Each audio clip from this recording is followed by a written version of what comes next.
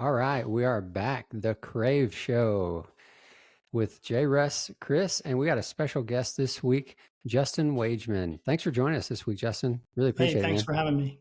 Really How you appreciate it, doing? guys. Doing good? Yeah, Oh doing yeah, well. doing great. Yeah. JRuss, how was your week, man?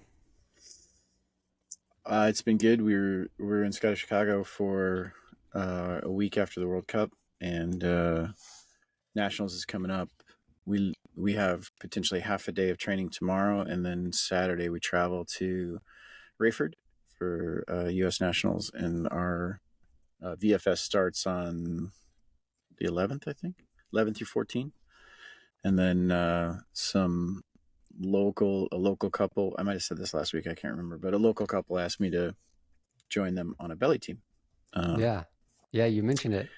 Yeah. So have y'all had a chance to do some practice stuff? No, not at all. No. No. Why would you do that? Why would you do that? What will we need that for? I mean, doesn't that blow the whole idea of a pickup team? Exactly. That's right. Yeah. Hey, well, real quick before we get going, I wanted to give a shout out or a plug. This guy reached out to me, reached out to Crave, and he is developing an app for skydivers. And I'm really impressed with what he's doing. So I was like, dude, I want to say something about this on the podcast. I forgot to mention it last week, so I want to say something now. It's called Skydiver Pal. It's a really cool app. They're still working on it. They've been working on it for a couple of years. I think they're really working hard to make it a really cool app to do a lot of different stuff. So Skydiver Pal, I just want anybody, if you have a chance, go check it out. You can sign up and create an account for free. It won't cost you anything. You can start using the app, and he would love to get your feedback. He really wants to make this a valuable, helpful tool for skydivers. It's got a lot of different features on it. So anybody who's listening, if you can, please go create an account. This is not like he's not paying us or anything. I just want to help this guy out. He's trying to do something really good for the community. And I think it'd be awesome if we can give him some feedback, some guidance, some direction on, hey, we like this feature. We don't like this. This works. This doesn't work, whatever. He wants it. He took me through a demo like online, walked me through the whole thing. And I gave him some real direct feedback right there. And I was kind of like, sorry, man, like trying to be like kind of ginger. And he's like, no, dude, give it to me. Like, lay it on me. This is the only way I can make it better is if you just honestly, truthfully tell me what's wrong with it.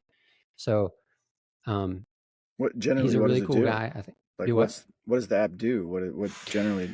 So what he's trying to get it to do is basically number one, I'm not going to say number one because I don't know if you got them organized, but like a logbook is part of it.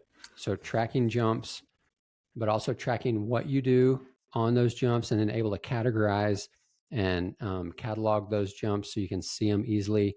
It's got like other features for like learning and training. He's trying to develop and input maybe even some training modules, maybe even gonna try to connect some tutorials and stuff like that with it.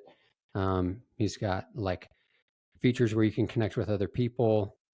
He's developed all sorts of stuff. So just go in there and play around, figure out. And some of the stuff, I think some of the features maybe aren't going to be that useful, like some like chat and blog features, and where you can share like different stuff that I think maybe is going to get in the way of features that we really would use in the skydiving community. So that's why I think it would be really helpful for people to just get in there and play around with it, mess around with it, and see if it really is worthwhile or not. I actually stumbled upon it, downloaded it, and took a look. Really? You've seen it already? Yeah, I don't know how I came upon it. I think it was through some of the awards that are given to those. There's an award, right, that's given to some innovations, maybe in technology or something. Exactly. Yep. Yeah. So I thought it was good. Like, it's a lot of functions, and it's great to hear that he's continuing to develop it. Yeah. Mm-hmm. Yeah. Yeah. Cool. So yeah, I just wanted to put that out there. Ask everybody to go check it out. Skydiver Pal. Cool. Take a look. So I don't know if I should put the cart before the horse. I was going to ask Justin just sort of introduce himself and and give a little background info before maybe I launch into the story behind getting Justin on the show. Yeah, go Okay. for it, please. Yeah. So I've got the professional side of what I do, which is professor in the School of Education at North Dakota State University. And I've been in that role for a number of years. But I started skydiving I think it was about 10 years ago. And we did a scrambles after I had just become licensed, just a fun scrambles at our club. And that hooked me into competition. And so the rest is history, as they say, and just had an intermediate 4-way team, and then moved over to video and went to that, and just kept trying to climb, and had the most amazing experience being on SDC Rhythm XP that culminated in Worlds at Russia, which, wow, I mean, considering what's going on over there, that was an amazing experience and a privilege. So yeah, that's it. Just a little professional and skydiving related stuff. And what do you teach? Did you say that and I missed it? Yeah, I didn't say it. So I teach courses in educational psychology and the science of learning. My doctorate is in teaching and learning. So Okay. I focus on pedagogy, which is teaching, focus on learning, and just, related topics to that, including the one tonight. Yeah, that's the one I'm really. So hold on, wait. You said pedagogy. I've heard that word before, and you said teaching. What does that word mean? Yeah, there's synonyms essentially. Pedagogy Is is just like the is theory of teaching. teaching in a sense. Yeah, Okay. exactly. Yeah. How did you end up teaching? Like, how'd you get interested in that? Like, how did that kind Yeah. of come about? So, well, I went to school as an undergraduate for like mass communications, and marketing and all of that. And then um, I had taken some Spanish courses when I was in high school. And I needed to do, the gen ed thing. You have those general education requirements or the liberal arts that's part of an undergraduate 4-year degree. So I I knew it would be an easy A. So I took some Spanish courses, and that changed my whole career and focus and direction. I How? What do you mean? eventually switched over to being a Spanish major. And Okay. then I added English as a foreign language. And then I went to Spain and lived there and taught, and had an amazing experience in Spain. But you can't continue. You have to have, like retraining, right? Professional development credits as an educator. So that led me to a master's degree. And then I loved it so much when I went back to graduate school, that I was like, I'm resigning. I'm going full time into academia. So I went on for the PhD and got that. And then, yeah, been working in higher ed. Okay, so there was a few questions in there that I have to ask. Number one, why did you think Spanish was going to be an easy A? Why was that an easy A for you? Because I had taken a couple years in high school and did well, and so I thought, it could be an easy A if I take that beginning 101 Spanish in college. Okay, It and was really. and then why did you said that completely changed your trajectory? Why? What do you mean? What Yeah. happened? So I think what happened was just my own personal experiences. I started to see differences in the courses that I was taking, right? I had that wonderful experience with Spanish and that professor or those professors in that department. And then I was comparing that to the coursework that I was taking in this mass communication area. And it was just night and day. And I just really, really enjoyed the Spanish. Plus, many of the Spanish profs were natives, and I hadn't had a native speaker before. I was just enthralled. I was just so curious about Spanish speaking countries and the culture, and I just kept pursuing it. Yeah. So what years would that have been, or what year when you took that first Spanish course? Do you remember what year would that have been? Oh yeah, that was late 80s. Okay, so you said they were the Spanish course was just so different from the mass comm courses. Do you remember? Are you able to articulate and maybe even say like what were some of those differences? Oh yeah, absolutely. I mean, it relates to a lot of things that I advocate right now with coaching or with learning or with teaching. And that is, there's an element of fun that has to be a part of it. Hmm. And in those Spanish courses, those Spanish profs created, whether it was games or activities, role plays, simulations, that is what we call gameplay now, especially in sports. So, you know, like you can, so I was in the tunnel, JRuss, and I were talking about that prior to our, to beginning tonight. And you can drill all day long. But if you never get to actually play the game, for a lot of people, it's just not very motivating. That's interesting. Yeah. You just made me think of a memory. Sorry, go ahead. I don't mean to cut you off. No, that's it. And that's what, when I was at the tunnel, I actually had great conversations with some of the coaches about the need for gameplay. How you put everything together. You can dribble a basketball all day long, but if you don't play a game, I mean, how what's the boring point? is that? Yeah, what's the point? Yeah, the memory that it like boom just came right to me was when I first started working at iFly as an instructor. And so I was going through FITP, the flight instructor training program. And I don't know, let's just say it was the third day. I have no idea, and I wasn't a very good flyer. I mean, I had been skydiving for a few years.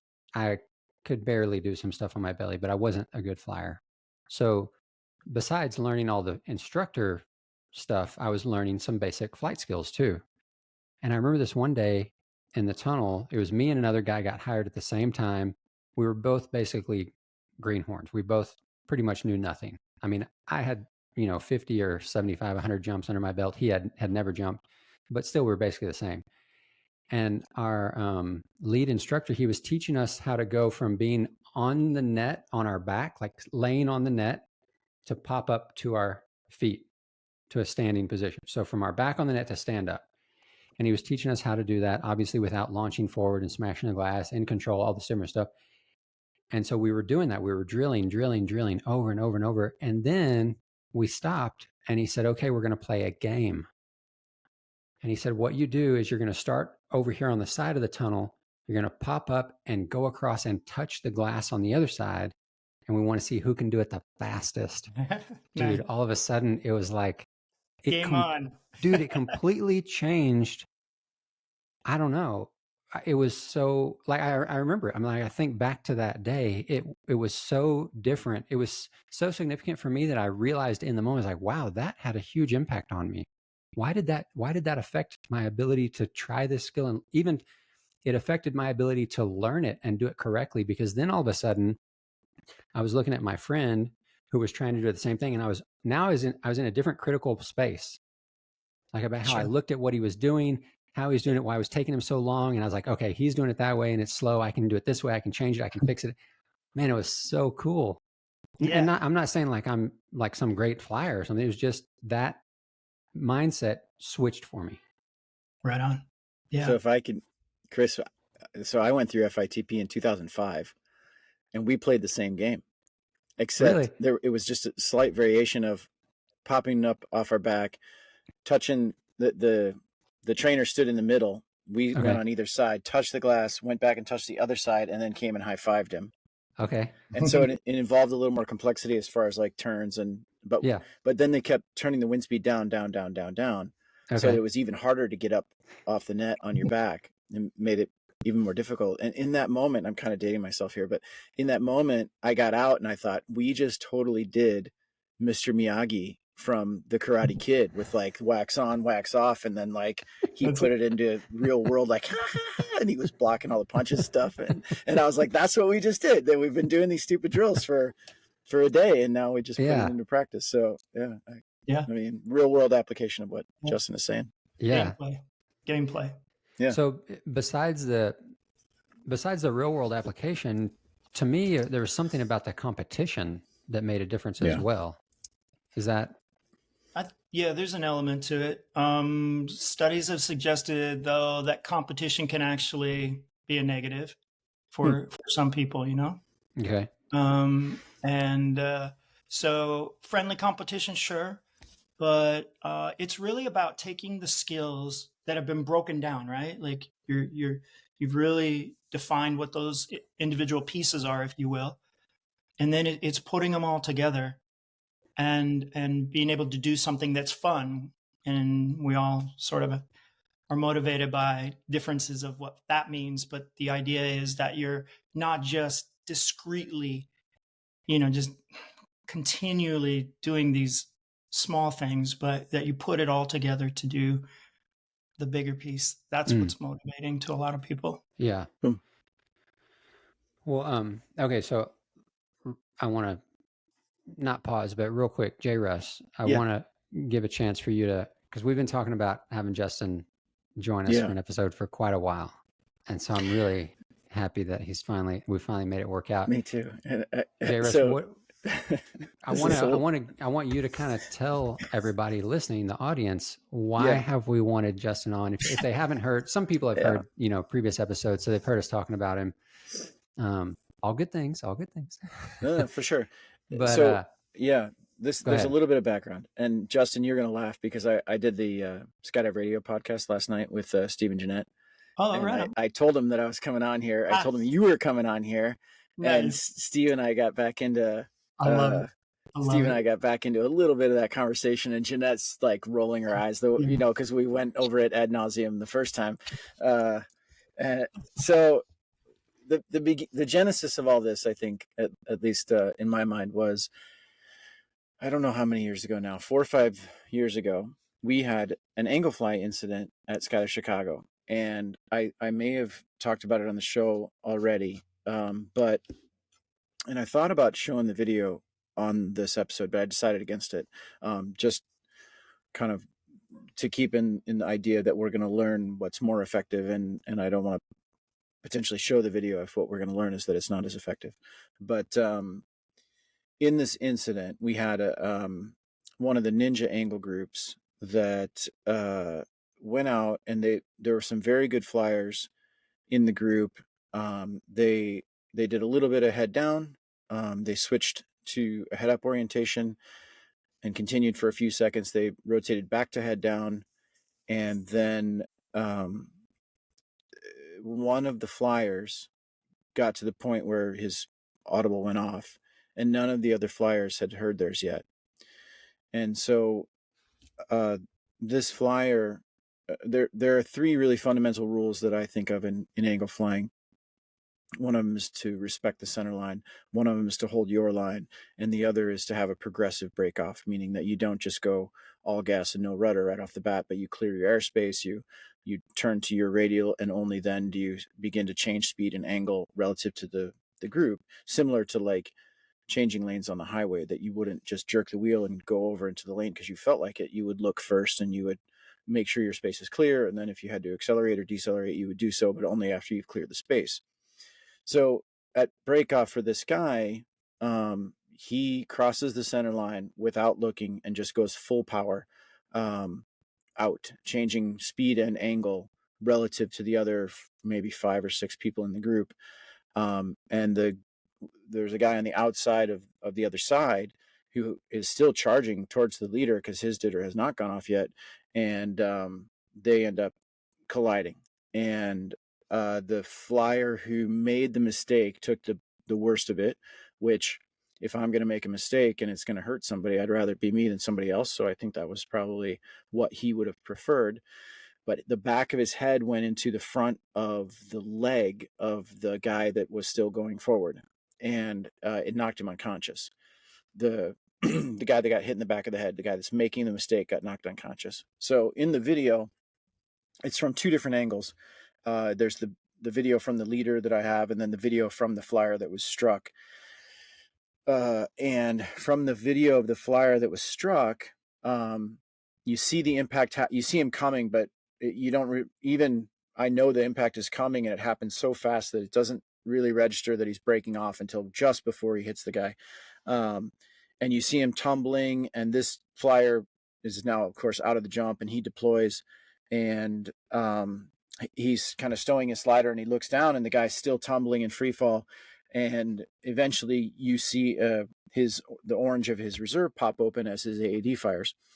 And he opens with a clean opening, but now they were kind of southeast of the center point of the drop zone, kind of over the road that you drive into Chicago, and his canopy is flying directly east towards the river. And so he does end up splashing down in the river, and it was sort of a culmination of things that happened that saved his life. My wife was driving out to fill up our water bottles at that moment and looked up and saw somebody slumped in the harness under reserve, stops the car, calls manifest, hey, there's somebody unconscious going towards the river. They get a boat in the water like instantly, and they get down to him. He doesn't go over the dam. He doesn't, I mean, I don't even think he got to the safety line. But if he had gone over the dam in his canopy, that would have been a rough day. He didn't drown.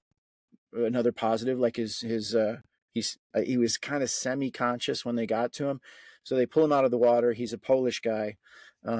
He was only able to speak Polish for a little while, even though he knew he was in America. When he got back to the drop zone, he had kind of gotten out of his gear, and I went to speak to him because we had been friends for years.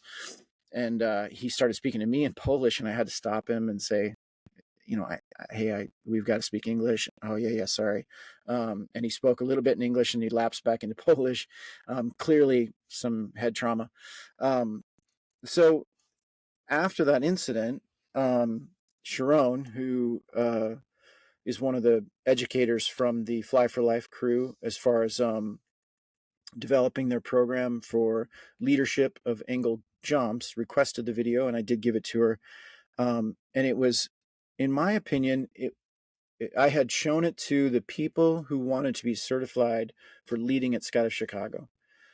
Hey, it's not for nothing that we tell you that these are the basic rules of angle flying, and there are consequences, or can be potentially consequences, if you don't pay attention to these. And it seemed like such a good video in my mind because so many things had gone wrong, and he didn't die. And I mean, if he had died, then just out of respect, I don't think it was something that we would have shown. But the fact that he survived, he made a full recovery, everybody made a full recovery, then it seems like a potential learning tool. And so this came up between me and Steve, Justin's former teammate, Steve Lefkowitz, who was a founding member of Rhythm. And Steve had a discussion with Justin, and in that discussion, it had been sort of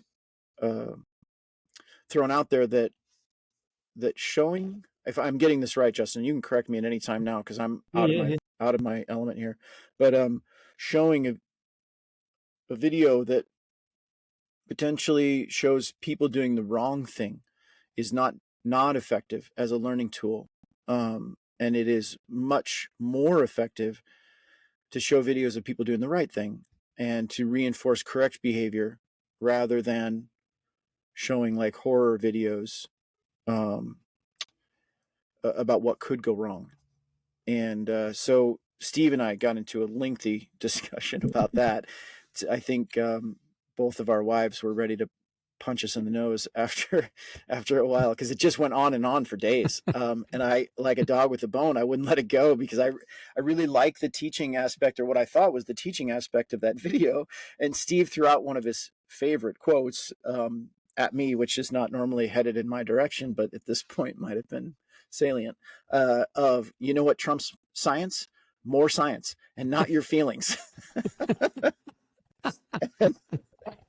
That's really great. And, which is very true. And so in the interim, I mean, this has been coming for years. I've talked to a few people who are on the educational side of skydiving and trying to teach people to do things the right way. And one of them, I recently was in, Sharon was at the World Cup in Norway, and we were staying at the same place that she was. So I got to hang out with her and Shannon for a while, and Arya. And we did discuss this exact thing because she still does use the video. And then Andy Malchiotti, who Justin, I'm not sure if you're going to be aware of who Andy is, but he's I do know okay, who he is. I haven't met him before, but I know who he is. He is I would say a super smart guy, very very thoughtful and thorough in his methodologies. And so I asked both of them, and in the best way that I could, sort of gave them a synopsis of all of this. Very similar story. And both of them had different ideas about why the video might still be effective. And so part of what I wanted today was discuss some of the nuance that potentially surrounds this issue of, and I'll tell you, I'll share with you guys what they had to say about it. But I wanted to, I guess the start of the conversation for me, Justin, was to see if I was correct that potentially there was a difference between parking a car that someone crashed drunk driving next to a high school and saying, hey, don't drunk drive. And then in a group of interested people in the subject matter, showing that video of potential negative consequences as a reinforcement of what's important to teach in your leadership stuff. And so again, just a little bit of nuance about, like, are there differences to the way that you feel about this topic? Yeah. So I don't think there are differences, but I think it's more about what you do with that video. And we were training, and I remember being brought into the conversation. I think we were in Sebastian at the time. And I remember being in the hangar with you and Steve and we were talking. And I don't know that I've actually seen what you do with the video either. You may have said some things in the past, but I think it really depends on what you do with that video. So if you're looking for the shock and awe, if you're using a graphic video to simply evoke fear, that's one thing. But I'd like to suggest that there are some things that you could do, or anybody could do. So certainly not just you, JRuss, are sort of pointing the finger at you, but I really think that there are things to make it more effective that do involve showing the video. But I feel like in skydiving, we're up against some limitations based on the studies that have been done. And so I think it might be helpful just to get a sense of some context here. When you, in the professional literature, when you talk about the use of something graphic to evoke fear, we call that fear appeal or fear arousal. And it is, the first point I want to make is it's polarizing. Like this issue of whether or not using, a persuasive message to try to evoke fear by emphasizing the potential danger and harm that could come to a person if you don't follow whatever is recommended, has been going on for over 6 decades. So over 60 years of research, and it's polarizing. There are so many researchers that are confident that yes, it works, and others that are saying no, it doesn't.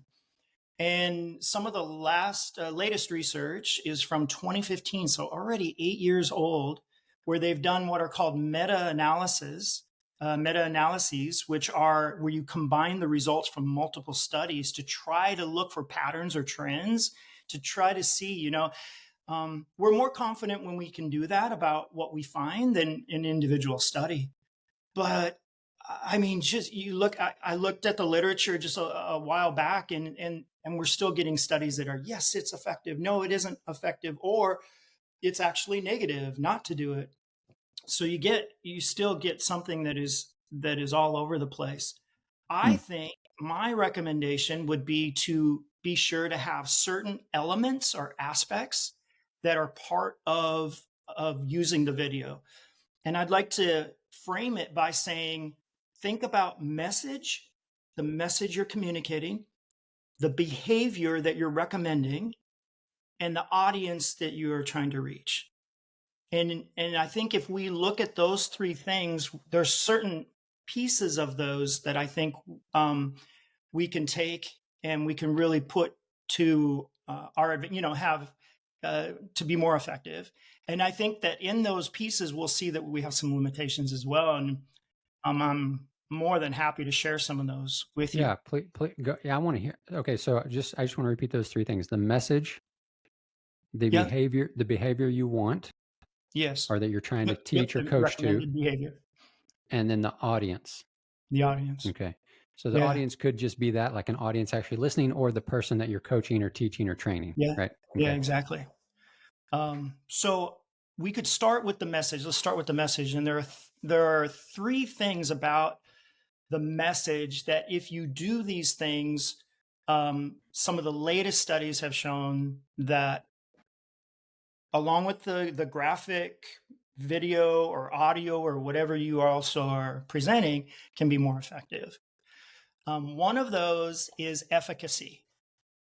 So efficacy, both self-efficacy or response efficacy. So what I mean by this is when you are communicating something or you're presenting something, you have a statement in there or your message in there is that of assurance. You're assuring the people who are listening to you that they are capable of doing whatever the recommended actions are or performing those things will result in desirable consequences.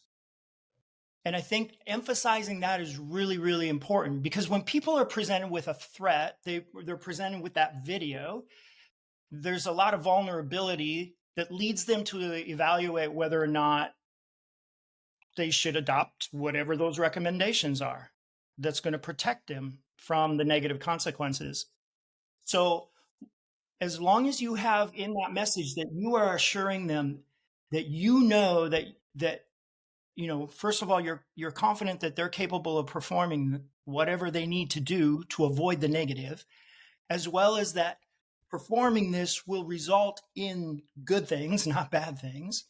I think that efficacy statement or statements go a long way along with that video.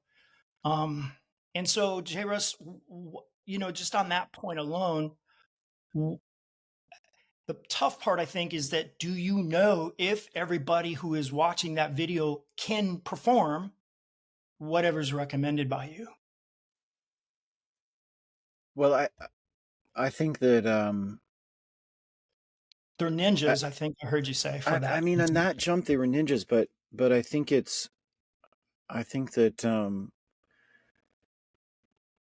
what I was trying to get across, I mean, anybody that goes on a movement jump should be able to do those three things. Okay. Not cross the center line, Yep. hold your line, Yep. and have a progressive break off. And even if your progressive break off is crap in terms of like your technique because you're brand new at it, and somebody else's who's in the ninja group is really powerful because they're good at it and they've had lots of practice, the fundamental elements of it can be learned and stay consistent across your career, even if the knowledge base and the skill set that you have improve, those fundamental rules will stay consistent, and learning them from the very beginning is absolutely vital in my opinion.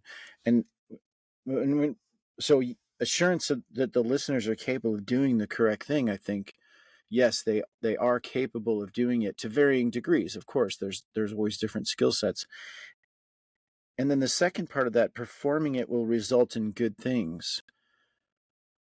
I would add that the video is potentially saying, yes, it will result in the good thing that you want, which is surviving the skydive and having a safe break off. And it will also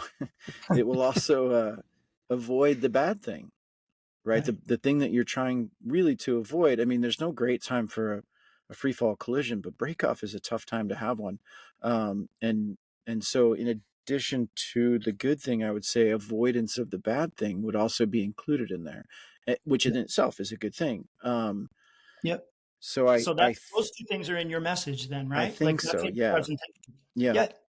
Yep. Exactly. Justin, if you were going to phrase that yourself without hearing from what JRuss just said, how would you have phrased the good thing that comes from? How would you phrase that good thing? You know what I mean? Like when he's saying, "Don't cross the center line, maintain your lane, and progressive break off." Yeah. You know what I'm Safe saying? skydive. Like, yeah. Desirable would be having a safe skydive. just that simple. It doesn't have to be a difficult message. Okay. Yeah. Mm-hmm. Yeah. So what I'm proposing though is it's more than just look at this video, and because I have to say I have been part of camps where a graphic video has been shown, near miss or some accident or something. Thankfully, not death. And studies have shown that people want to see crashes, but they don't want to see death. Really Yeah. interesting. Mm. But I have been part of other camps and other well-known people who do show videos that where there isn't really much that's said about it other than this is what can happen. Mm. But what I'm suggesting to you is an efficacy message that assures Mm. people that by doing this, you're going to have a safe skydive. You know what I mean? As opposed to focusing on, again, something else or just showing it for the shock and awe effect. So related to this shock and awe thing, and I think Andy's quote, or I made him repeat it, and I tried to write it down as quick as I could. It'll be paraphrasing for sure. What he felt without having seen the video himself, because I didn't have a copy of it at the time. And I am just going to read this because it is as close as I can get to his exact words. All the affirmatives and positive examples in the world don't allow them to connect all the positive and negative possibilities. So in both positive and negative, you can't rely on their brain to connect all those things that we can get them to connect through video. Negative possibilities need to be understood in concrete terms. And so I did find that somewhat compelling of just a very tangible way to see that hey, these are the three basic rules that we talk about, and all three of them are violated in this moment. And then there's this very real world outcome that you can't count on, like the big blue sky to save your life. He made very serious mistakes and yet didn't die. And so it is a concrete example of these learning points that can otherwise potentially be, I mean, intangible is the word that comes to mind, but ineffable or something that like it's just not concrete, to use Andy's word. And so I did. I mean, I wrote it down because when he said it, I was like, oh man, that's brilliant. I need to be able to repeat this on the podcast when we talk about it. So I guess, Justin, do you agree with that? You're nodding your head a lot. I am nodding. Yeah, like I do get it. There's a lot of things, where people are always shown. Showing the negative is about evoking a feeling and a motivation, creating an emotion and a feeling. And I don't know if it's as much as like examples, although it could be. It's more about evoking fear. And a problem with this is we don't know how much fear. A lot of the studies that have been done on this don't really ask participants about the nature of their fear. What we know is the content itself can be like low or moderate or high depiction of fear. That content is what evokes then the response, but we don't take time to really look at the subjective fear of the participants, if that makes sense. There's a difference there. And so I think what works here is just the content, whatever the example might be, that evokes that fear to say, this is the undesirable consequence, this is the negative. And rather than, because it's going to be impossible to try to find every possible negative, consequence, right? But we do know what you just said. You delineated three things that are positive. Like, do these three things, and you're going to have a safe skydive. But it is possible that there are countless negative things that are negative consequences for doing whatever. And so the tendency is to focus on the positive rather than the negative. Do you think that, I mean, there must be, I guess I'm about to answer my own question, but your part of Rhythm was to video the team, and so countless hours of your video were reviewed Right. for both positive and negative things that came out of those jumps. Yep. And there were learning points in both, of course.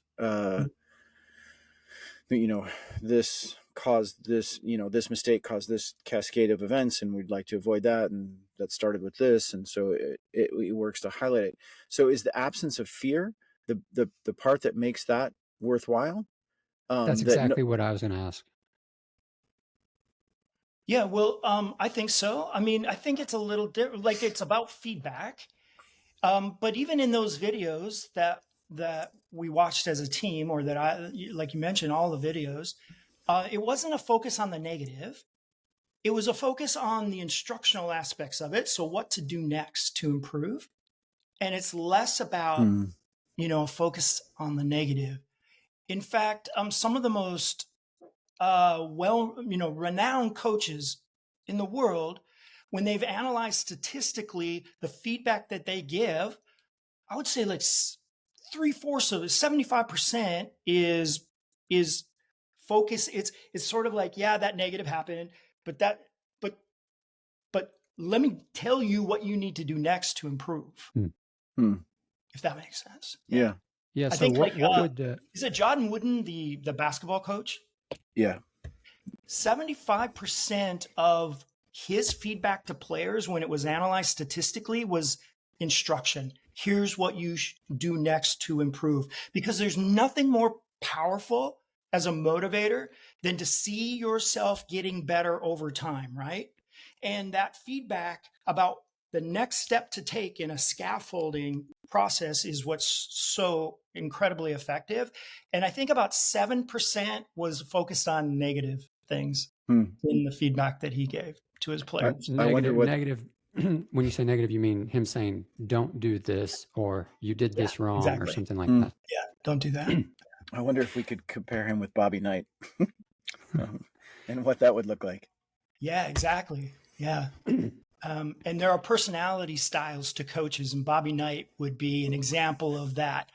I'm going to make all the decisions. I'm going to, tell you what to do for everything, right? That was sort of, we think a dictator, or like authoritative or authoritarian, versus somebody who's more laissez-faire, doesn't do much, versus that balance in the middle that is more like cooperative, we call it, where, there's input that's from the participants and in decision making that occurs. So really, I mean, this is to do with coaching and instruction in general, not just dealing with dangerous situations or things that you shouldn't do, right? I mean, like what you're talking about, the positive instructional method or whatever, is just coaching in general, instructing, helping people improve at a skill. Okay. Yeah, I think there's some overlap though, right? Like I think that less of a focus on the negative, more focus on the positive is one message certainly that we're advocating. And would that essentially be the thesis statement for this piece of the subject matter? I mean, like, focus more on positive than negative. Is that the thesis? I think so. But, again, this issue of sharing a graphic video or showing something that is a negative consequence has its place. And so I'm all about saying it's a polarizing issue. There's definitely experts on both sides of the aisle. So what can we do to make, this graphic content more effective? And one of them, as we start out saying, was that efficacy message, that message by the presenter, by JRuss, who's an expert, to say, who's a professional, to say, if you do these things, and these are the things, I am telling you, you're going to have a safe skydive. Another one is to stress susceptibility and severity. So susceptibility means that this can happen to you. This absolutely can happen to you. And again, I did mention earlier, like, I haven't seen, JRuss, what you do with the video. it'd be great to be a part of the presentation and to experience it. But part of the message, this is another aspect of the message, is really communicating that you are at risk, a personal risk for the negative things that I'm sharing with you. That's the susceptibility piece. The other term that's used in the research is severity, which obviously, I mean, that's pretty obvious, right? This is really severe. I mean, Yeah. unconscious or partially conscious, landing in under your reserve in the river.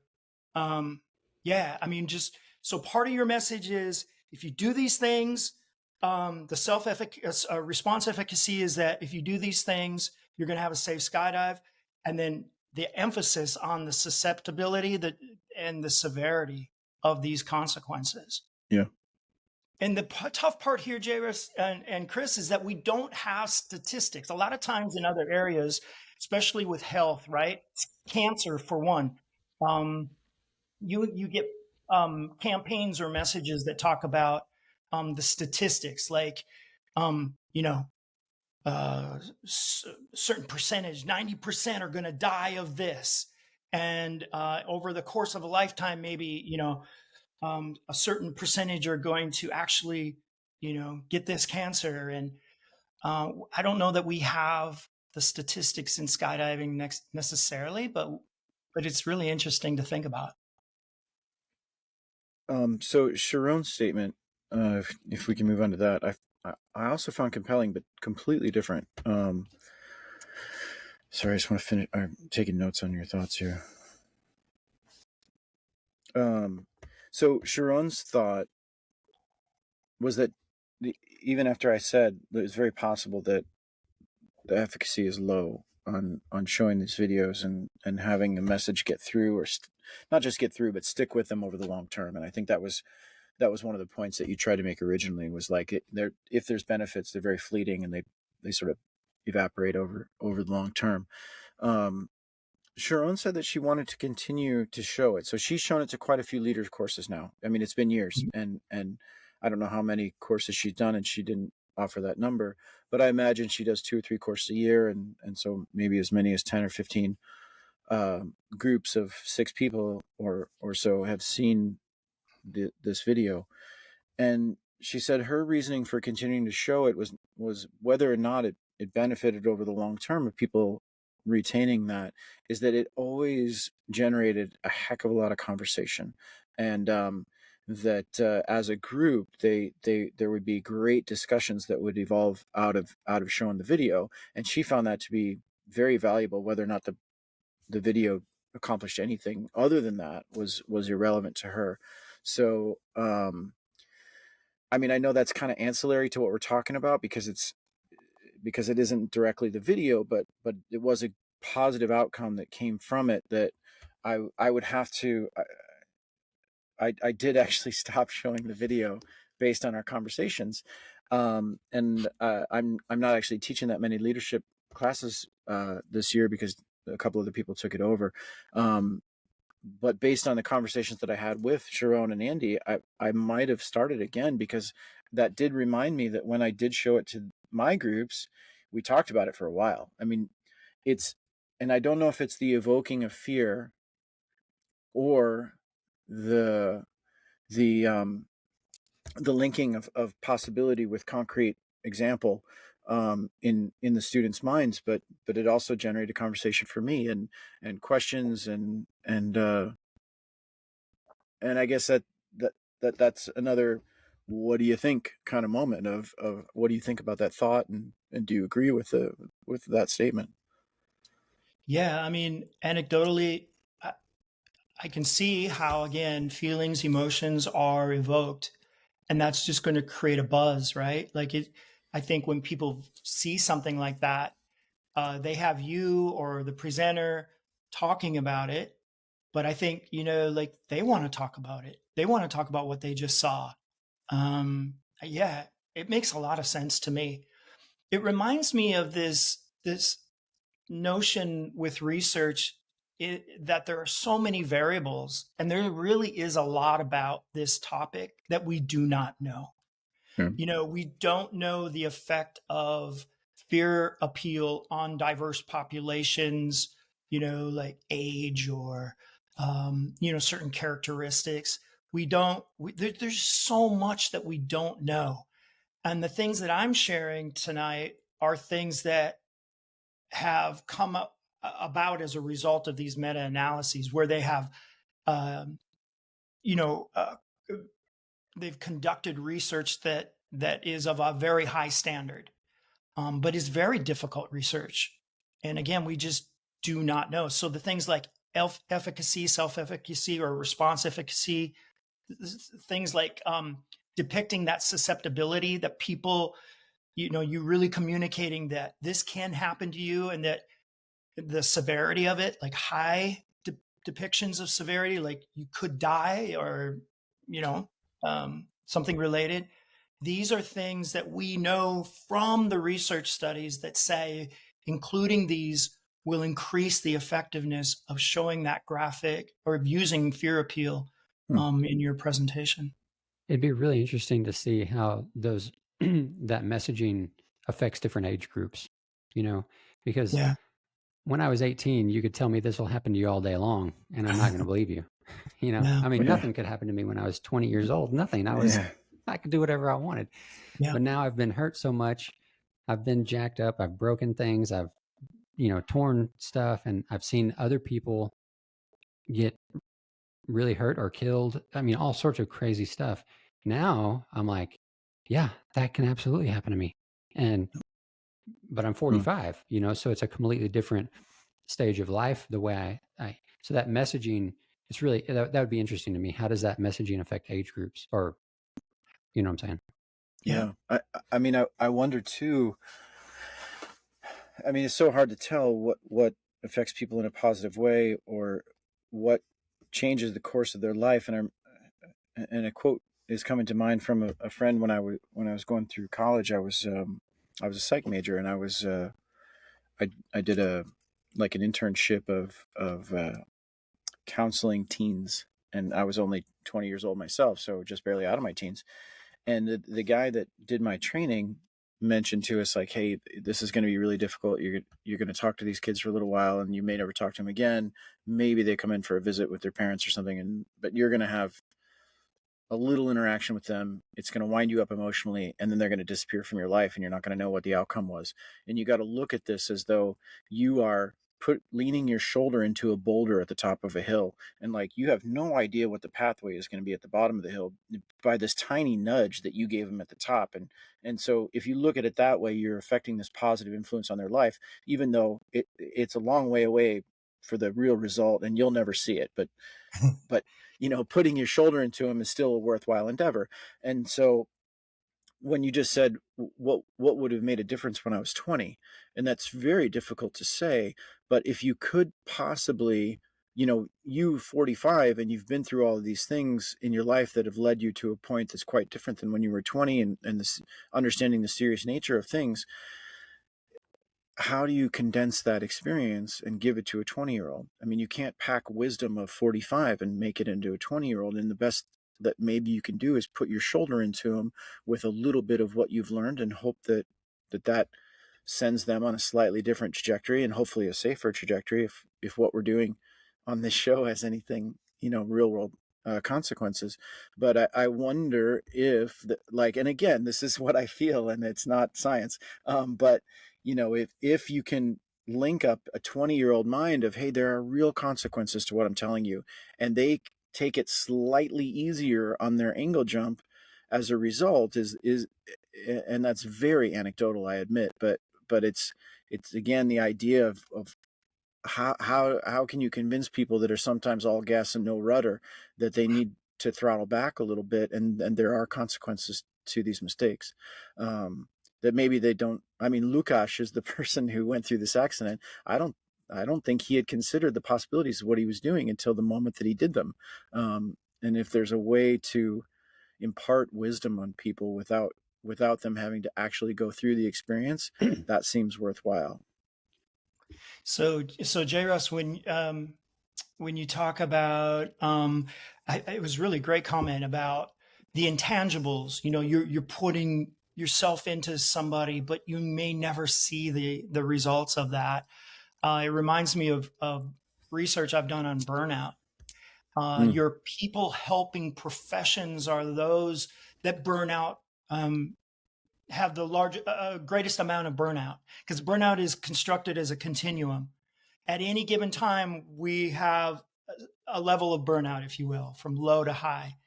And we know constructs such as, emotional exhaustion, depersonalization. That's when you don't want to be around people, and lack of personal accomplishment. And so professions like nursing, like educators even, but definitely like counselors, therapists, they're greater risk for higher levels of burnout, because you don't see the end result of everything that you're giving and putting into this. And it's true, like our target populations, like the different age or personality or education, social class, we just don't know. Those are questions that remain for researchers to try to, our fear appeals differentially effective for those different populations. We don't know, but let me share something about what we do know, or at least there's a trend or a pattern that we have seen.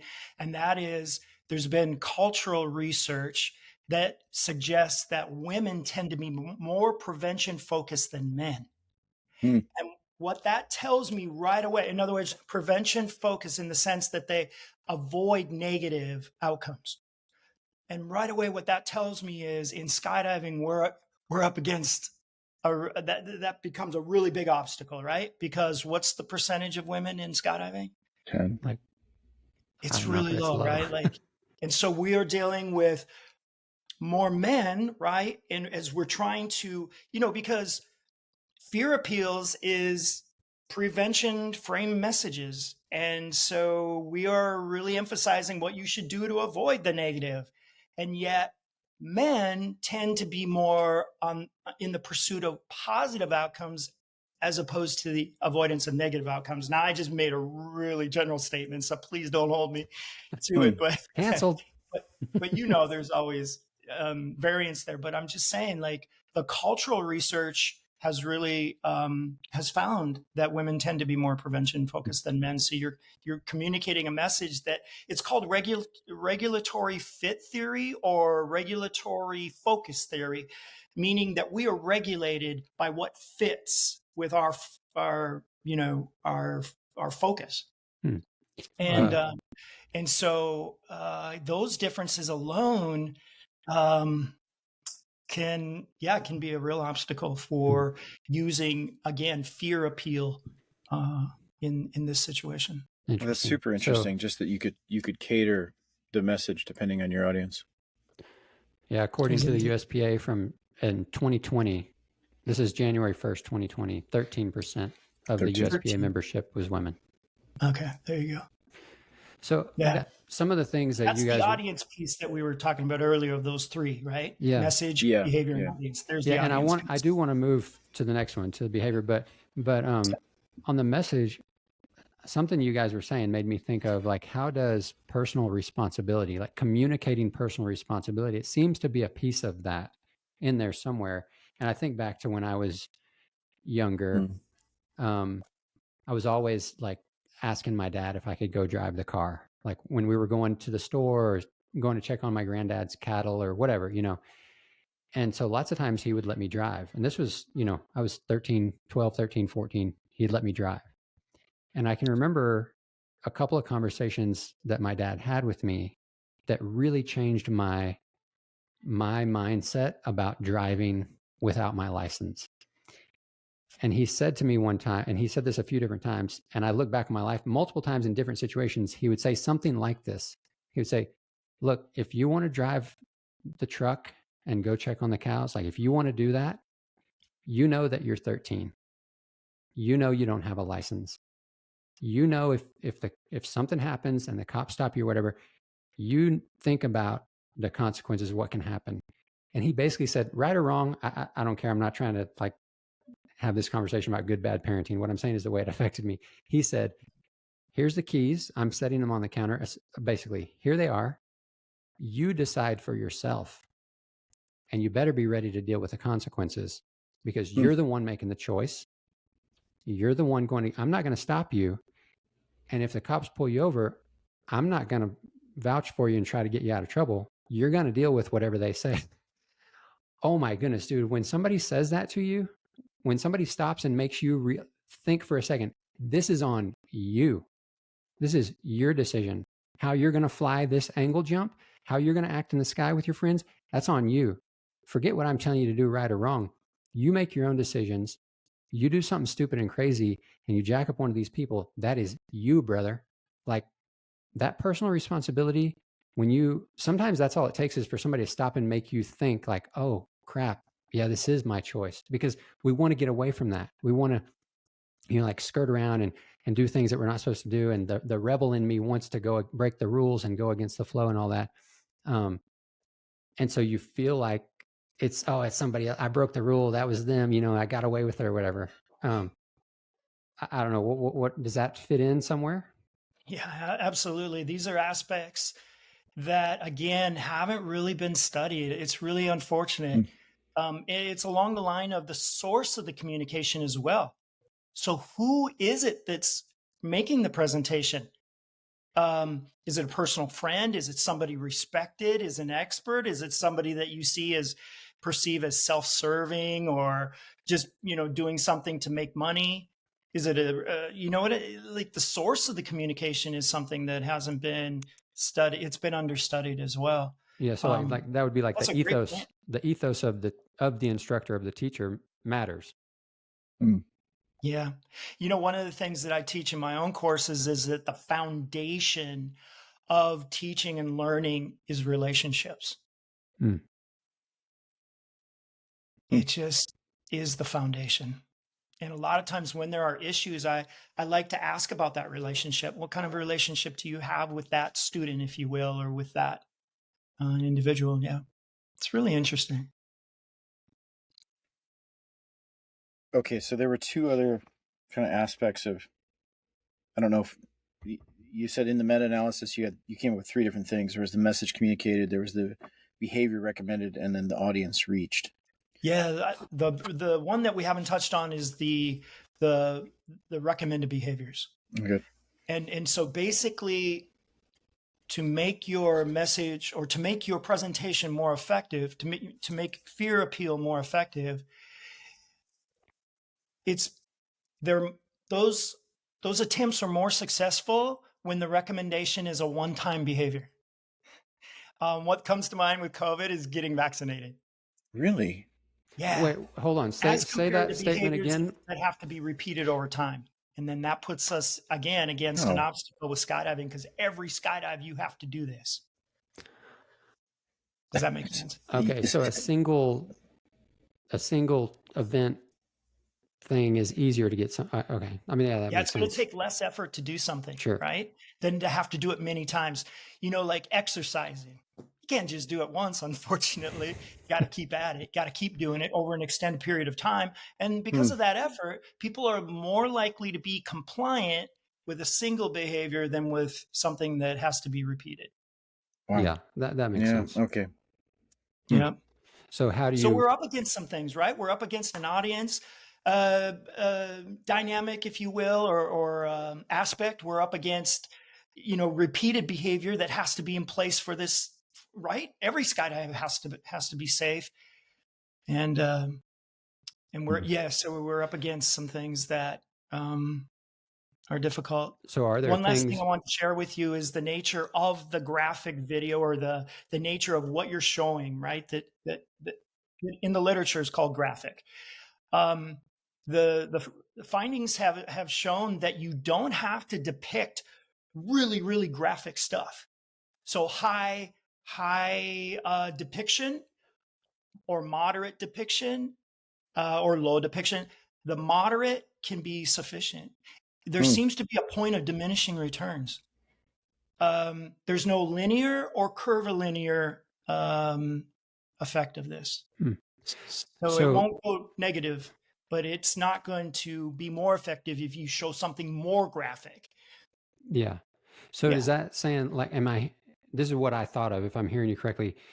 Could we possibly, let's say I made a like a little really simple animated video of stick figures that basically did the same thing as what happens in the video that JRuss has, but it's just stick figures in the sky. We're just showing so they can see crossing the center line. Not would that be possibly have the same effectiveness as the actual video, even though it's not nearly as graphic? It's just stick figures, but it's showing the wrong thing to do. Or am I misunderstanding what you were saying? Because there's two different, there's reality and then Okay. I don't know. Okay. But I wonder if in your suggestion, Chris, it would take, like, you're not afraid of stick people hitting other stick people. Yeah. And so does it remove the fear and leave only the message? I'm not sure. Obviously, so what you'd have to do is do check-ins on the people, on the participants regarding the evocation or the evoking of that fear, and to determine if it's moderate or high or just what's happening right there. But is that what you were saying as far as the graphic nature of it? It doesn't have to be severely graphic. Yeah, it doesn't have to be death, for example. It can be, it can be moderate. It can be something that isn't extreme. Because people think that if they show more graphic or more extreme, they're going to evoke a greater response. The message will be more effective. And I'm just, suggesting that the research doesn't show that. I gotcha.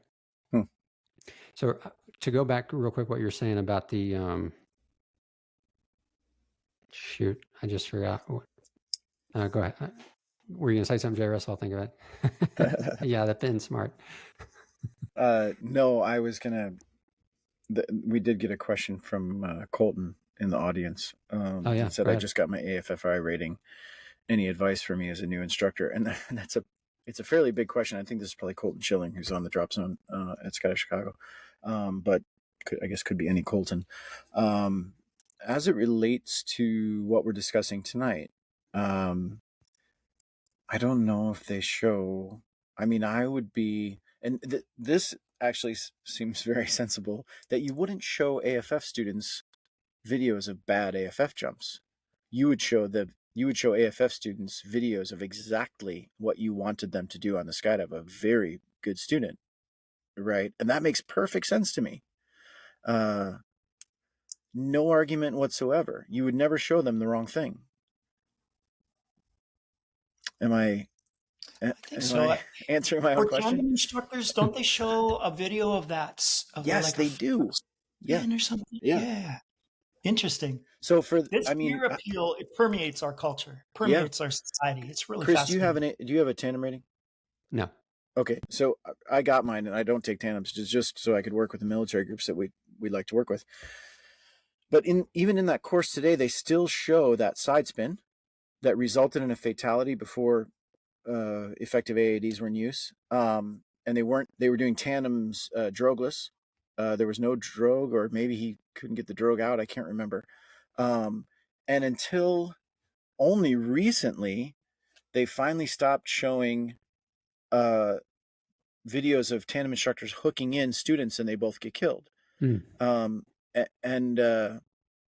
so I didn't have to watch any of those. And if that had been part of the course, I probably would have asked, can we just skip that part? Like I don't need to see more of that in my life. And I don't need to see a video of a tandem person hooking in to understand that it's exactly the same as a solo skydiver hooking in. And I'm good. I got that point. But then again, that's kind of back to the point that Chris made, that I'm 52, and at 21,000 skydives, I've seen quite a few things. And but a tandem instructor that has 500 jumps, maybe they haven't. Do they need to connect those dots of what are the negative possibilities of flying your canopy aggressively close to the ground with a customer? Do they need that concrete message if they haven't seen it with their own eyes? Well, I can tell you that the research suggests that it is effective, but again, with these pieces in place. And we just don't know by age. It's just a variable that unfortunately hasn't been studied, but I can see how it would make a difference. I just don't know how. I mean, Mm. here's the other thing. We talk about how this content evokes fear, right? But maybe it evokes other feelings.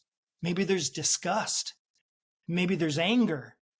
We we simply don't have the research to know how that mediates the effectiveness of our approach. Yeah. Hmm. Yeah. Are there So so much more to be seen. Yeah. so just regarding instruction and coaching in general, are there studies that highlight the most effective techniques for coaching and instruction? Oh yeah, I mean, some of the things that, first law of pedagogy, take the student from the known to the unknown, finding out as much as you can about them to take them to where they need to be. I mean, big things like chunking, taking blocks of content and breaking it up to you create more beginnings and endings. And so you're going to remember the first things and the last things, right? It's the recency, latency effect. And so by chunking, you create more of those for memory. Hmm. I mean, there's a lot of things. Focus whole part whole. USPA uses whole part whole. I went through Coach. I went through AFFI, and I saw those things in there.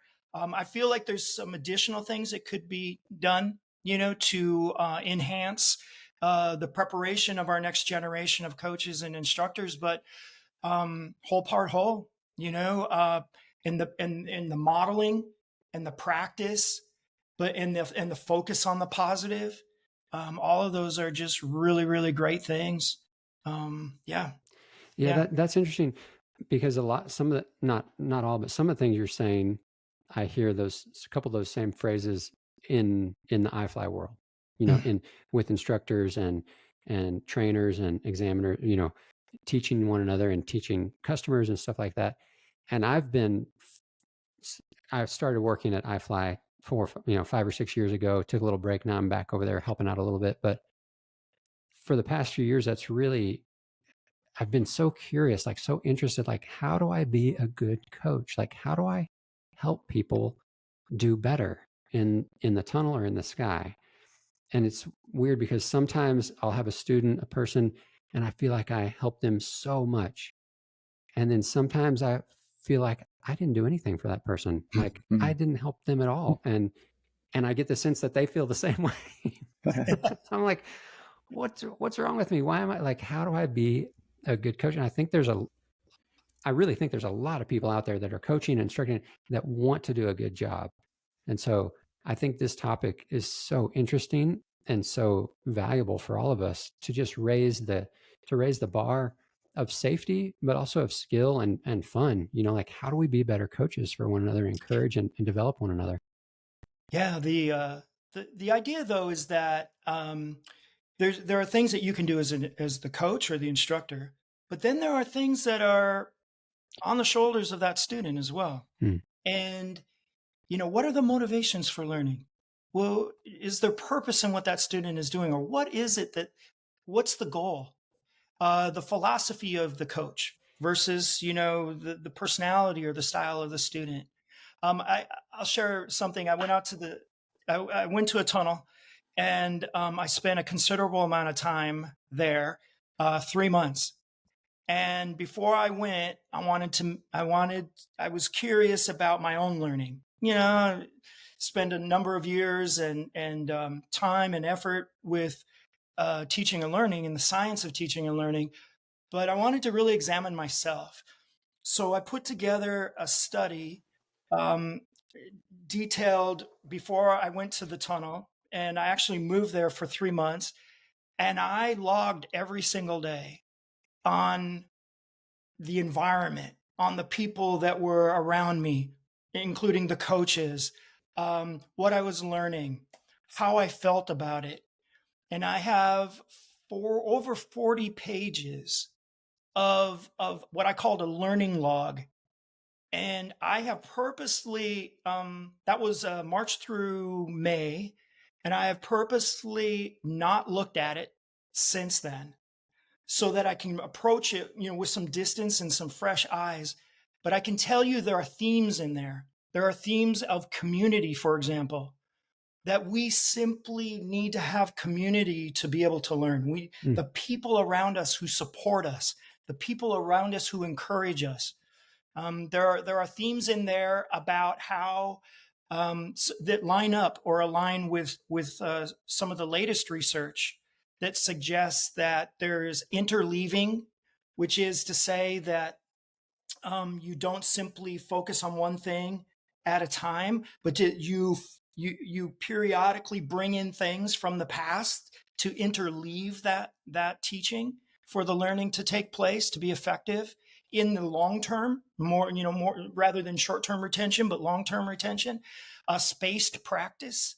I went 21 days as an experiment to see how far I could get before I couldn't take it any longer. It was 21 days before I almost burnt out, called it quits, threw in the towel, and went home. And then I started to build in rest days. And wow, did the progress soar. Wow, did I feel so much better. So I'm really excited about this self-study to see what themes are in here. It's a qualitative project that I have. And then, themes about, like, I remember one of the coaches saying, "So what are you working on today?" And I told him, and as I was stating where I thought I was at, he stopped me and he's like, when you get in, he said, "I've been doing this long enough. I'll be able to know where you're at." I love that. That was really great. And he was spot on. We got in there and it didn't take long and he knew exactly where I was at to be able to take me where he wanted to go, that whole thing of frustration. I used Chat GPT to help me with the mental piece. Like, I was like, Chat GPT is like, help me out. Give me some suggestions on how to be mentally strong with this, because right now I'm not getting this skill and it is driving me crazy, and so I think there's a lot about the science of teaching and learning. So spaced practice, interleaving, feedback, and we could spend a lot of time just on that. And community. And community. So when you were spacing out, when you went 21 days in a row and then you started building in rest days, what did you find was a good schedule for rest days? Like how many days of practice and then a day of rest or whatever? Yeah. So I went from no days of rest to going 3 days of practice and taking a day off. Okay. And when you But I also increased the time of those 3 days. So actually I was ahead of it. I was doing more, pardon me. I was doing more in those 3 days than I was going every single day. Okay. So when you were going every single day for 21 days, how long were you going each day? 30 minutes. And when you went 3 days and then a day off, how much were you going each day? 40 to 50. Okay. And you felt great. So much better. Each day. That physical, that cognitive distance was everything. Yeah, that's weird. I felt so fresh coming back. I've noticed that with some students, and I've told multiple students this, where like they come in multiple days and they're working on, let's just say, back flying, right? And they're just having a hard time getting back flying. They've done like 3 days in a row. And I've told people, like, look, man, here's my recommendation for you. Take a few days off. Don't come back tomorrow. Don't wait, come back next week. I can almost guarantee you that maybe it won't click perfectly, but it's going to feel way better. Like it's just going to feel different. You're going to get in and it's going to be easier for some reason. I always attributed it to just your brain has time to process, like I think you relax, you go do some other stuff. Or I've also noticed, and this is, I don't know if this is interleaving or not, but where I'm working with someone and they're working on, let's just say they're working on in-face carving. I don't know. And they're just having a hard time. They're struggling with it. We do quite a few rotations or whatever. I'm like, okay, stop. Next time we're going to spend a few minutes, or we're going to go back to transition. Something I know they can do. They're interleaving. They're not perfect at it, but they're pretty good at it. So we go back to something else, getting their confidence back, relaxing, making them play around and laugh, do some goofy stuff. And then we go back to that carving, and all of a sudden it's like, whoa, they just went up a level. What happened? How did that happen? Yeah, that's interleaving. Okay. Yeah, that's it. It's great. So, Chris, something you just said reminded me of a book that I read recently. It was called Why We Sleep by Matt Walker. And really, really super, super important book. I think probably every adult should read this book. But one of the things that's been clearly studied, according to this book, is that you need a full night's rest after you learn new tasks in order to move them into your long-term memory, even your muscular memory. And without that full night of sleep, you lose a ton of the value of the thing that you learn. And so the idea of, for both of you, actually, what you said about a rest day, I mean, I'm assuming that you slept every night, Justin, but potentially better sleep when you don't have anything to do the next day and your mind can sort of knock itself out deeper. Absolutely, 100%. Feeds right into that idea that Chris was a proponent of in that book, or sorry, Matt was a proponent of in that book, Matt Walker. And then something you said, Justin, when I went through my FITP course, one of my trainers was Joe Winters, which most people are not going to remember Joe, but he was one of the guys that established the IBA as a thing and wrote the training manual. And one of the guys in our course expressed what you did. Hey, I'm feeling frustrated right now. And Joe had this quote, and it just stuck with me over the years. It said, frustration is a roadblock to your learning, man, and you got to look at it that way. The great thing about it is that you put it there and you can take it away, which I think is a really solid quote. It's really great. It's really, really good. That's cool. Yeah.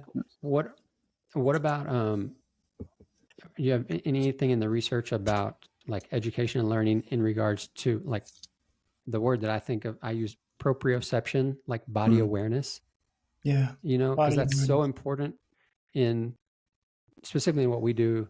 And I've noticed people that come from a gymnastics background or people that come from a dancing background, they tend to be so body aware, and they tend to learn things. It seems like quicker to me. But is that in the research, the educational, like learning, teaching, is that a part of anything?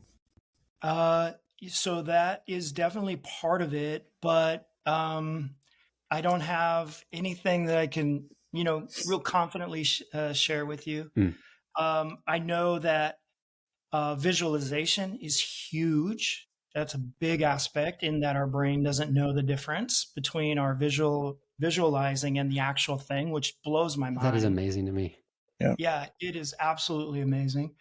But yeah, you're absolutely right about this pattern of people who have more body awareness doing better. Yeah, for sure. There was a study that I saw, I want to say like a year and a half ago, and I mentioned it in a YouTube video, like over a year ago, where they took two groups of kids and they gave them bean bags. It was like a beanbag toss, and they had a target. For one of the groups, the target was stationary. It was always at, let's just say, 12 feet away. Okay. And they had them practice. They had this practice regimen that they did for however many days, however long, right? And they practiced with this stationary 12-foot target every time. That's all they did. The other group, they took them and they moved to the target. So they would have them practice at 3 feet, then 8 feet, then 5 feet, then 15 feet, then 12 feet, then 10 feet. It just moved all the time. Same practice regimen as far as frequency and length and all that stuff, but they constantly moved the target. Then after however long, I don't know how many days they did the practice, then they brought the two groups together. They set the target at 12 feet, whatever the group that had the stationary target, it was at the same distance they had always been practicing with. And they had both groups compete. And the group that practiced with the constantly moving target, they like overwhelmingly better than the group with the stationary target. I don't know how that fits into this, but it reminds me of a quote that I always mention in my teaching, and that is, students can hit any target that doesn't move and is clear. The more that we can clarify what that target is and making sure that it doesn't move, the better. Wow. And then I guess your example sort of illustrates that point, right? Man, that just made me, that gave me some clarity and insight on what I talked about at the beginning with the iFly when we were doing that game off the net. I wonder if that's why the game helped me so much is because it clarified the target. All of a sudden, I knew exactly how to win. Yeah. And so I was like, That's it. oh, this is what I have to do to win. This is what, okay, I'm going to figure out, stop telling me things. Now I know how to win. I'm going to try to figure out how to do that. And I can That's really analyze nice. it. That's really interesting. Yeah. So You know, some people are hold apart. I'm very much hold apart. I got to see the forest before I dive in the trees. okay. Other people are the opposite. They can get into the trees and they're fine. They don't need to see that big picture. I feel like clarifying a target is a lot like, you know, the bigger picture of what we're doing. And then there's individual things that will make up that. But I know that I had a friend who had his son had a little BB gun, and he was trying to show off to his grandpa that he could hit a can off a post. And so he put the can on the post, marched back, and went to aim and take a shot. And about that time, the wind, a gust of wind came through, knocked the can off, and obviously he missed. Again, the whole point is if you can see that target and it doesn't move, it doesn't change on you, I believe you can hit it. And another aspect of my own self-study at the tunnel was that I really needed to have instructors that believed in me. Oh man. That believe that I could do it. It goes back to that efficacy message that's part of fear appeal. I needed to have those instructors not give up on me, not show any indication verbally or non-verbally that I couldn't do it or that they were at their wits' end or because I know they were. I absolutely know they were. I'm sure when I showed up every morning for 21 days, they were like, oh, here comes Justin again. What am I going to do with this guy? You know? They're like, come on, Wageman, get out of here. Exactly. Wageman, just, you're throwing your money away, man. Justin, but it wasn't that at all. In fact, I have to give them kudos. You know, it's like not once did I detect that they felt like I couldn't do it. And this relates to another really big concept in education that suggests that there are two different kinds of mindsets. There's fixed mindset and growth mindset. And we as instructors, coaches, mentors, we need to be of the growth mindset. We believe that our students can achieve and can do things. The fixed mindset says, you know what? You were born with a certain skill and a certain talent and all of this ability. And no matter what you do, it's fixed. So if you can't do something, you might as well go do something else. But that growth mindset says, no, with enough, you know, time and energy and focus and purpose and support and resources, you can achieve. I'm a big growth mindset person. I saw that in my instructors too at the tunnel. My wife teaches third grade in the school that she's at. They talk about that quite a bit. They're very, very big on that growth mindset. And she uses a phrase that to me is connected with her students. She always tells them, struggle comes before growth. And so she's constantly reminding her students. I mean, these are third graders, right? So like 8 years old. And she's telling them, you know, struggle. You have to struggle if you want to get better, if you want to grow, if you want to learn, if you want to. And she also talks to them about how important mistakes are. Now, obviously, we're talking about at school learning. I mean, there's a difference between mistakes in the sky when you can kill someone. Some mistakes are not beneficial, but she says that with her students that you know, she likes when they make mistakes because that means they're learning, they're trying, they're growing. And I think it's part of that growth mindset. Like you have to be okay with mistakes because how else do you get better? Yeah. Well, we found out that, or we know that students who have a fixed mindset will avoid taking chances, like trying. I'm saying by that, they'll avoid it because they're going to fail, and so they, you know, who wants to fail, right?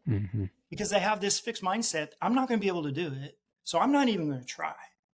And the students with the growth mindset, they'll try and try again and keep trying. And so this is super interesting because I've got the chat log up and it's just the one question from Colton saying, I just got my FFI rating, any advice from me as a new instructor? And in the back of my mind, I kept thinking, okay, we're going to come back to this. And what I want to say to Colton is man, you're going to make mistakes. And like, you just got to be okay with it and know that it's going to happen. And it's not because you're a bad instructor. It's because you're maybe a new instructor, but even experienced instructors make mistakes. And that sometimes isn't visible to, like, if this is the Colton that I know, and he comes over and watches, say, my wife Steph do an AFF, it looks pretty solid, but what is not visible to Colton is the mountain of mistakes that are piled up behind any good flyer. And Yes. you just got to know that that's part of the process. Yes, absolutely. The comparison piece will kill you. And I confronted that head on at the tunnel. There came a point in time where ignorance is blissful. I actually, when I was in the rotations and everything, sitting, waiting for my turn, I wouldn't watch because it was somebody who had been at my level that now was going beyond me. And it just killed me so much. Like, I can't learn that fast. I'm not going to get this. And actually, it helped me to not even see somebody else doing really well. I still did the high five and everything afterward, But that really helped me because when you begin to compare, everybody has their personal journey for learning. Yeah. So, Justin, were you in Utah? I was. Okay. Yep. So this is incredibly important because when I go to Utah, which is not as much anymore, but we were going there for years when Dusty was on the team. Hamish has, I'm going to venture a guess, at 500 skydives. Yep. And at this point, he's probably caught me on tunnel time because he flies a lot. But even Hamish of 4 years ago is way better than me. And I mean, Hamish is legitimately one of the best flyers in the world. And it was like, I agree. It was difficult sometimes to look at this kid who I know has been in the tunnel for 4 freaking years and no skydives and just watch him fly. And it's this beautiful, magical flying. Yeah. And then he stops on a dime and he's side flying and he's flying on an angle and holding it and flying on an angle. And like every once in a while I'd be like, Hamish, can you fly VFS with us for a minute just so I can recover my ego? Because I'm a slightly better than him at VFS, but I should be way better than him. And so I just want you to know that this happens at every level. I don't know about, like, I didn't ever not watch him fly because it was so nice to watch him fly. He's such an incredible flyer. But that kind of thing where, man, you do the best you can and you learn as much as you can. But then every once in a while, there's this prodigy that comes along and just goes galloping past you. And you're like, well, I don't know. That's what in I my can learning do. log. I have names and addresses and phone numbers of those prodigies that come through. And I avoid them like my hat's off to him. That's amazing. That's awesome. Yeah. But again, I believe in that growth mindset, Yeah. Sure. They have that great. And here's another thing that counters that. And it goes back to what I mentioned before. One of the greatest motivators that we have as humans is seeing ourselves getting better over time. If you see yourself progressing over time, even if it's just a little bit, here's another thing. A lot of this will come out, but with that self-study, I started rewarding myself and celebrating on the days that I made progress because I was jumping up and down. I would even point to the instructor and say, you need to celebrate for me. And they would do some crazy stuff in the tunnel, It was great. I had people come up. This is part of the community. They come up to the glass and be doing this and high-fiving. Just any little progress I was celebrating. And it might be just to go and I got some got Marionberry yogurt or I don't know, something that, I couldn't get around here or something. Celebrating those successes. The counter is tracking your progress and seeing yourself getting better over time.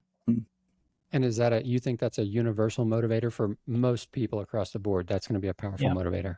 Yeah, it's one of the most powerful. Yeah. The other is to link effort with outcome. How do you do that?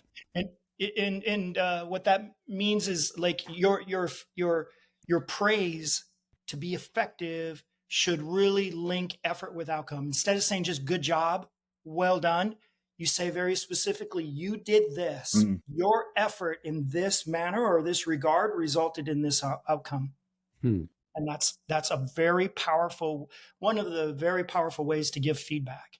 You know, a lot of times it's like, oh, nice job, well done, oh, great, you know, whatever, congratulations. But if you, as an instructor particularly, right, as a mentor, as a teacher, as an educator, as a coach, if you link effort to outcome for that student, they begin to see that's where the growth mindset comes in, right? Avoiding the fixed mindset. They begin to see that making this effort, see, I did this and it resulted in this.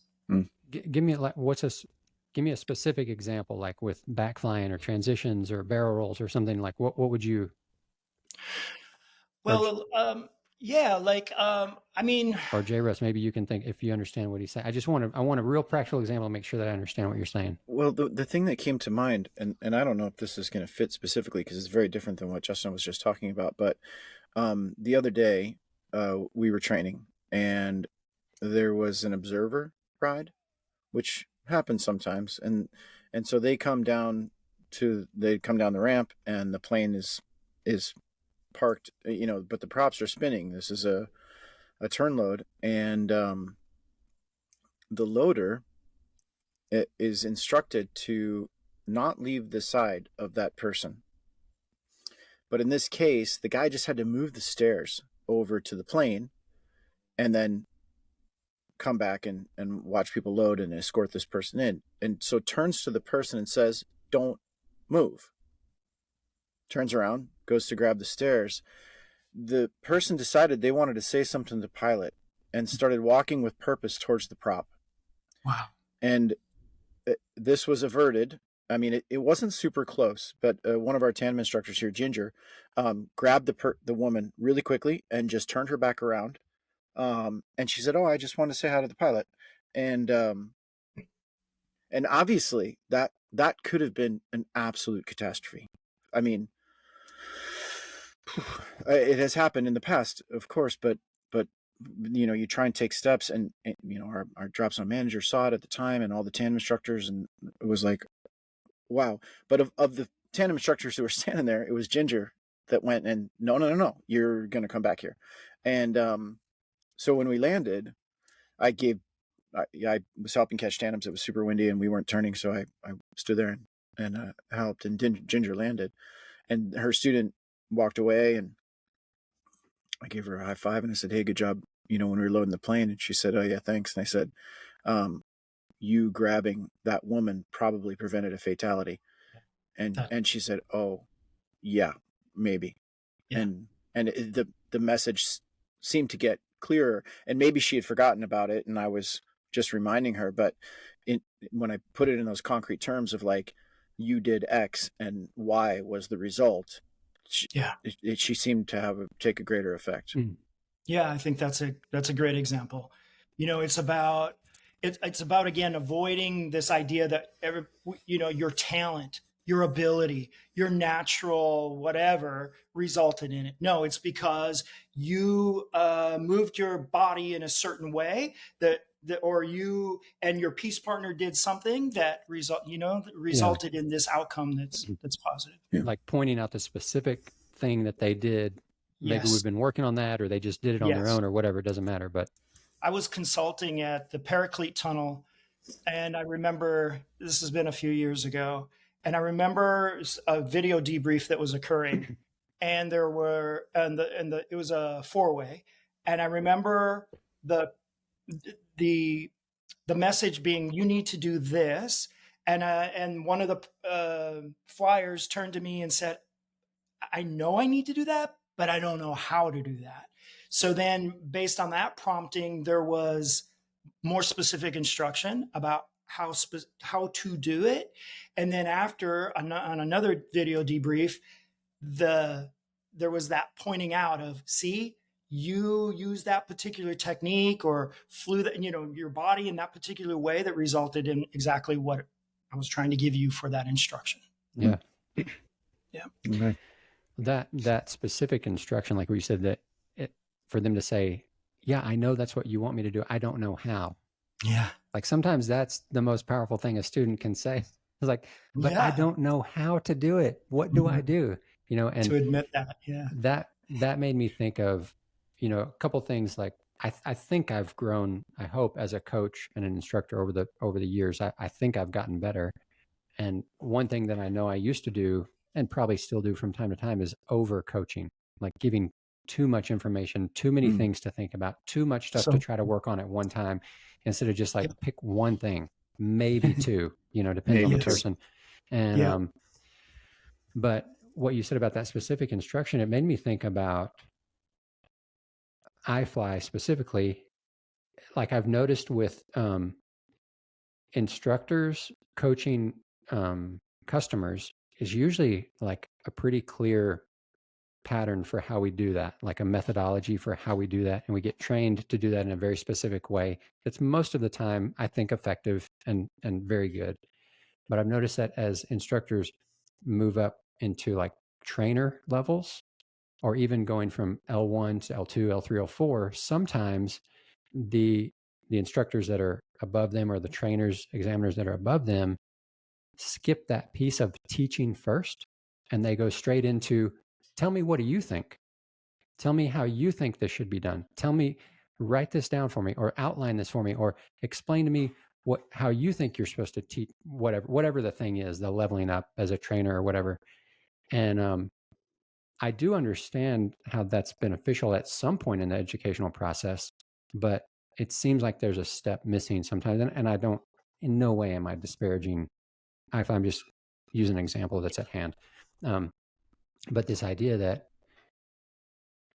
almost like it's not okay for me to tell you the information first and then test you on it because I want to just see if you know it. And I'm like, well, Mm. that's really probably not beneficial at all. It doesn't do anything.